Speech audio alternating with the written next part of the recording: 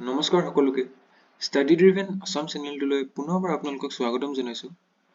যিহেতু আপোনালোকে জানেই আমাৰ ষ্টাডি ড্ৰিভেন আসামত ডেইলি কাৰেণ্ট এফেয়াৰ্ছ এটা সেশ্যন আপলোড কৰা হয়, যোনটো সেশ্যনত আপোনালোকৰ দিনটোৰ গোটেইখিনি গুৰুত্বপূৰ্ণ কাৰেণ্ট এফেয়াৰ্ছ ডিছকাছ কৰা হয় আৰু এই কাৰেণ্ট এফেয়াৰ্ছখিনি আপোনালোকৰ অকল এক্সাম অৰিয়েণ্টেড বুলিয়ে নহয়, আপোনালোকৰ ডে টু ডে নলেজ ইম্প্ৰুভমেণ্টৰ ক্ষেত্ৰতো বহুতখিনি সহায় কৰিব।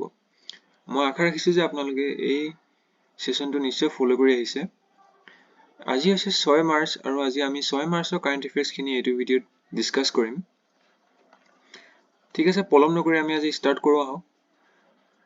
আজি প্ৰথমতে এটা ফেষ্টিভেলৰ কথা পাতিম। এই ফেষ্টিভেলটো ৰিচেণ্টলি পতা হৈছে আৰু এই ফেষ্টিভেলটোৰ নাম হৈছে শ্ৰীনাথ বীৰ মাস্কোবা ফেষ্টিভেল। ঠিক আছে, এই ফেষ্টিভেলটো ক'ত পতা হৈছে? বীৰ নামৰ এখন গাঁৱত। এই গাঁওখন ক'ত আছে? পুনে, মহাৰাষ্ট্ৰ। আৰু এই ফেষ্টিভেলটোত কোনজন ভগৱানক পূজা কৰা হয়? লৰ্ড শিৱ। ঠিক আছে, মনত ৰাখিব, আপোনালোকৰ এক্সামত ফেষ্টিভেলৰ ওপৰত বহুতকেইটা কুৱেশ্যন অহা দেখা যায়। ঠিক আছে, তাৰপিছত recently INS Jatayu was commission in Lakshadweep. ঠিক আছে, লক্ষদ্বীপ আইলেণ্ডত ৰিচেণ্টলি কি হ'ল? INS জটায়ুখন কমিছন কৰা হ'ল। আপোনালোকক পৰীক্ষাত সুধিব পাৰে যে এই INS জটায়ুখন কোনখন ইউনিয়ন টেৰিটৰীত কমিছন কৰা হৈছে? তাৰ ভিতৰত আপোনালোকে অপশ্যনটোত লক্ষদ্বীপ বাছিব লাগিব। ঠিক আছে, next India's first dolphin research centre. এই যোনবোৰ আপোনালোকৰ ভাৰতৰ প্ৰথম যদি কিবা এটা হয় তেনেহ'লে সেইটো পৰীক্ষাত নিশ্চয় অহা দেখা যায় আৰু তাৰ অহা চান্সটো বহুত বেছি। ঠিক আছে, ভাৰতৰ প্ৰথমটো dolphin research centre recently set up কৰা হৈছে ক'ত? পাটনা, বিহাৰত। ঠিক আছে, আৰু আমাৰ ভাৰতত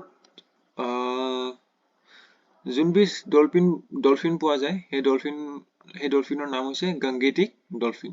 ঠিক আছে, ডলফিন 4টা প্ৰকাৰৰ আছে, তাৰে যোনটো গংগেটিক ডলফিন সেইখিনি আমাৰ ভাৰতৰ 7খনমান ৰাজ্যতহে পোৱা যায়। তাৰে আমাৰ অসমৰ ব্ৰহ্মপুত্ৰ নদীটো এই ডলফিন কি পোৱা দেখা যায়। ঠিক আছে, মনত ৰাখিব। তাৰপিছত আন এটা ফেষ্টিভেল, এই ফেষ্টিভেলটোৰ নাম হৈছে ভেনিছ বিয়েনালে। এই ফেষ্টিভেলটো কি বুলি কোৱা হয়? Olympics of art world.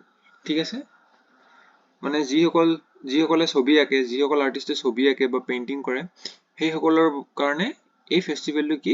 অলিম্পিক্সৰ দৰে বুলি কৈছে।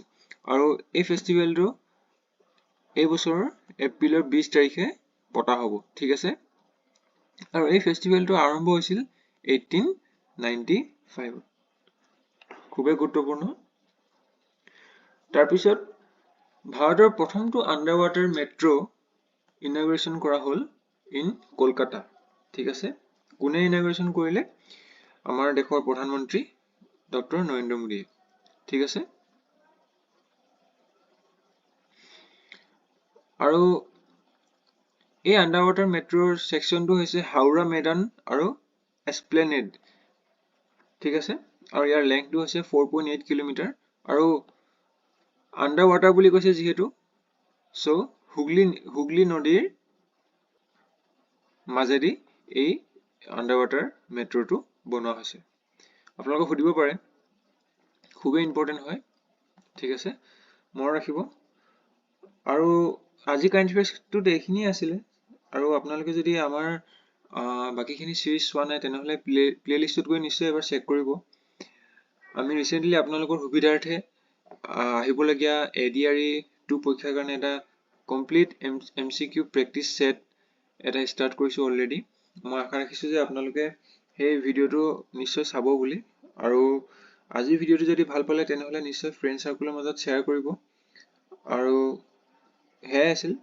ঠিক আছে দেন, নতুন এটা ভিডিঅ'ত নিশ্চয় লগ পাম। Thank U.